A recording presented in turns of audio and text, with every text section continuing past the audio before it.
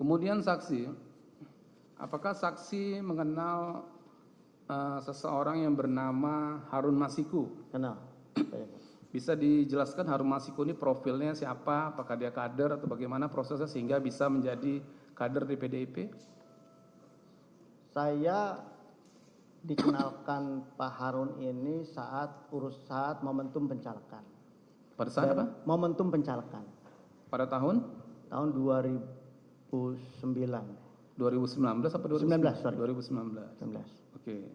Nah, di situ saya tahu dia itu kader baru. Oh, di situ saksi mengetahui dia kader partai. Karena saya nggak pernah kenal sebelumnya. Nah, Dan pada saya saat itu apakah Pak Harun Masiku itu juga caleg untuk pemilu pada tahun 2009 itu? Ya, caleg. Caleg ya. Itu di dapil mana sepengetahuan saksi?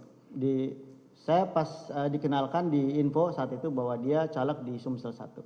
Di dapil Sumsel 1 ya. Ya. Nah, oke. Sekarang pertanyaan saya kepada saksi.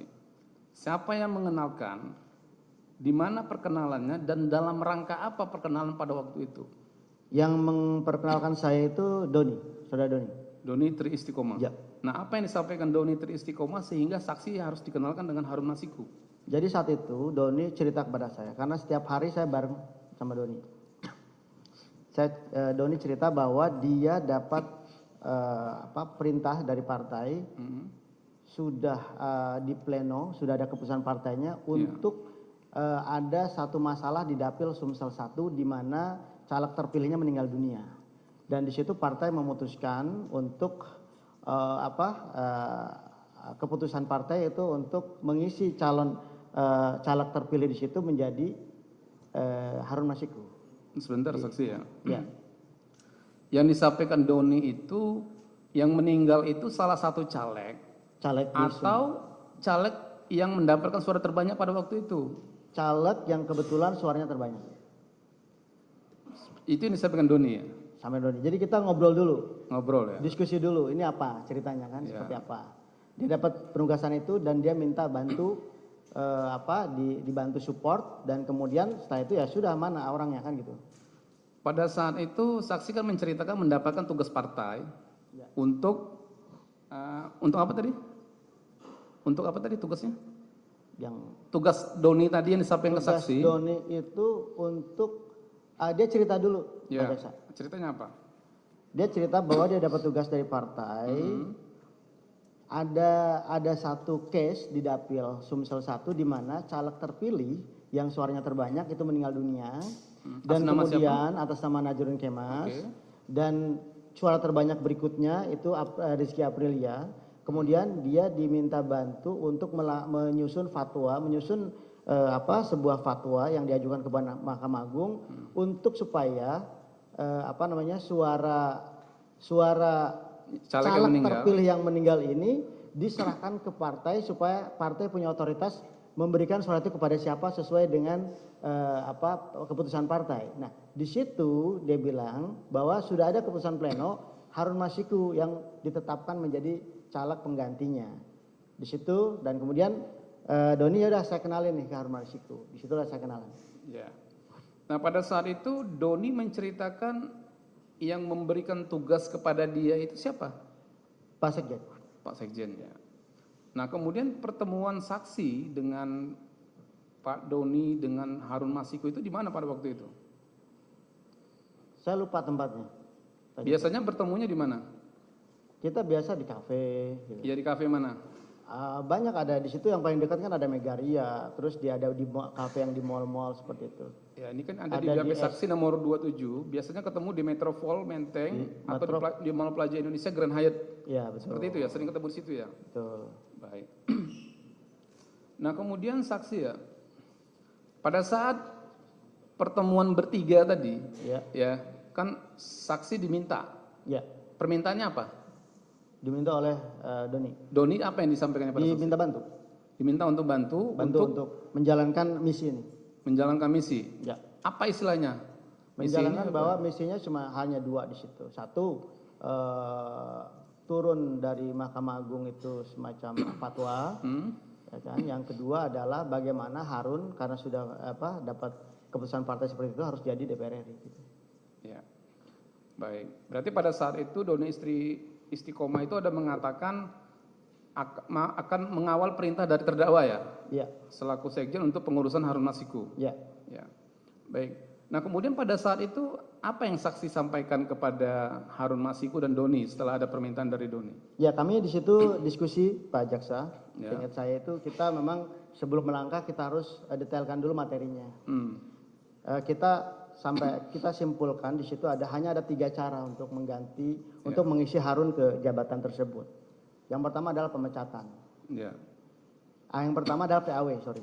Oke. Nah, di PAW itu untuk melakukan pergantian antar waktu dari Rizky kepada Harun, jalannya tunggal, hanya pemecatan sebagai anggota, dan itu tidak mudah.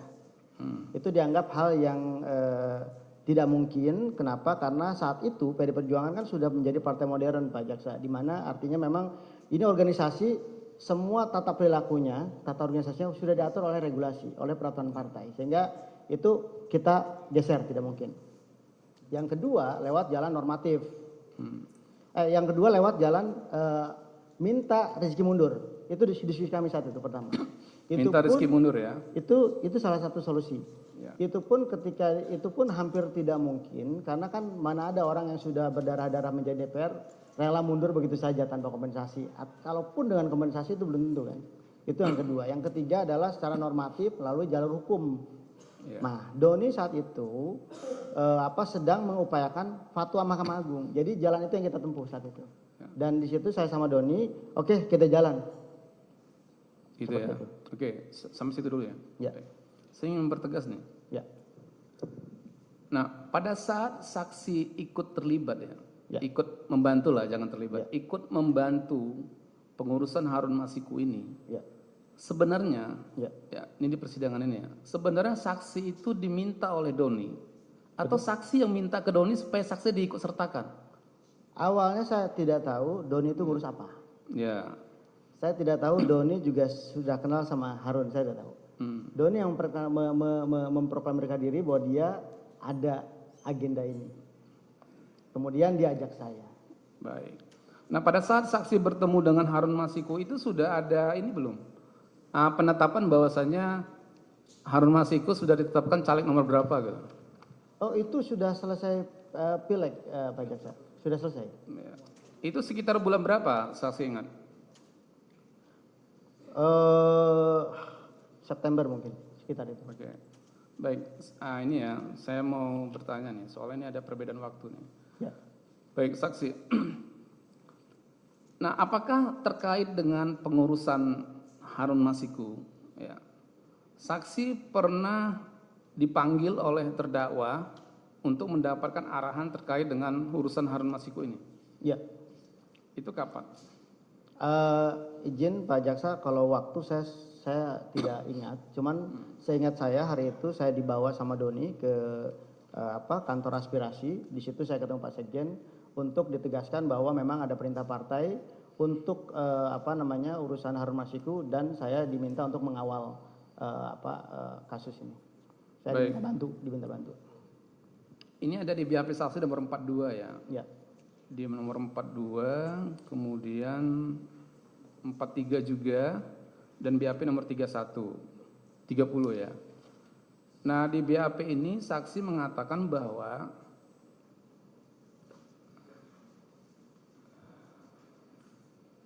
baik. Nah, di BAP ini saksi mengatakan saksi dipanggil atau dibawa oleh Doni pada waktu itu. Seingat saya, karena Pak Sekjen juga tidak tahu saya dilibatkan. Seingat saya dipanggil, dibawa sama Doni untuk di rumah aspirasi ya? Betul. Di Jalan Sultan Syahrir nomor 12A Jakarta Pusat, benar ya? Betul. Nah, di BAP saksi nomor 42 ini saksi mengatakan di pertengahan tahun 2019. Ya, mungkin. Nah, makanya saya mau bertanya dulu nih. Duluan dipanggil oleh terdakwa atau duluan saksi bertemu Doni? Mana duluan? Doni dulu.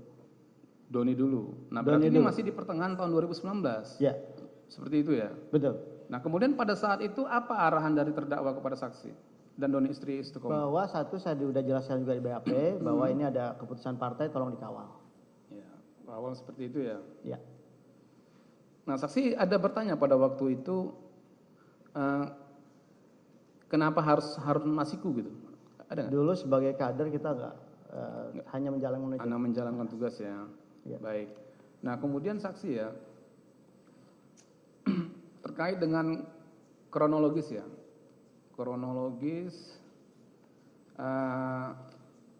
upaya untuk pengurusan Harun Masiku kan seperti itu ya. Ya. Sini kan saksi sudah menjelaskan panjang lebar nih.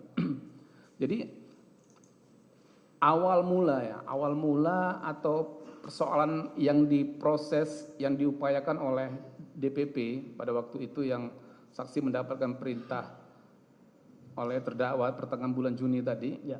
Itu apa saja yang sudah dilakukan oleh DPP yang saksi ketahui? Yang saya tahu DPP melakukan kegiatan surat menyurat dan Ya.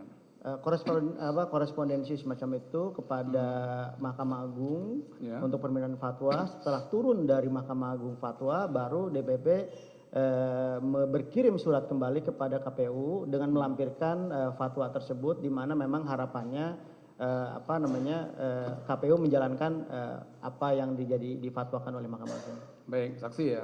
Ini saya pelan-pelan nih karena Siap. ada beberapa kegiatan yang dilakukan partai yang harus saya tanyakan secara sistematis gitu ya. Nah baik, tadi kan Doni mengatakan dia mendapat penugasan ya untuk melakukan upaya hukum ya, ke Mahkamah Agung ya terkait dengan mengamankan perintah partai karena ada salah satu caleg di Dapil Sumsel 1 yang meninggal dunia senama Najarudin Kemas. Kan seperti itu ya. Nah, apakah Doni ada menceritakan kepada saksi bahwa DPP PDIP sudah mengirim surat uji material kepada Mahkamah Agung? Betul. Benar ya? Nah kemudian apakah permohonan surat itu dikabulkan oleh Mahkamah Agung sepengetahuan saksi? Iya, betul. Benar ya? Betul. Jadi saksi ada mengetahui ada surat keputusan Mahkamah Agung seperti itu? Betul. Betul ya.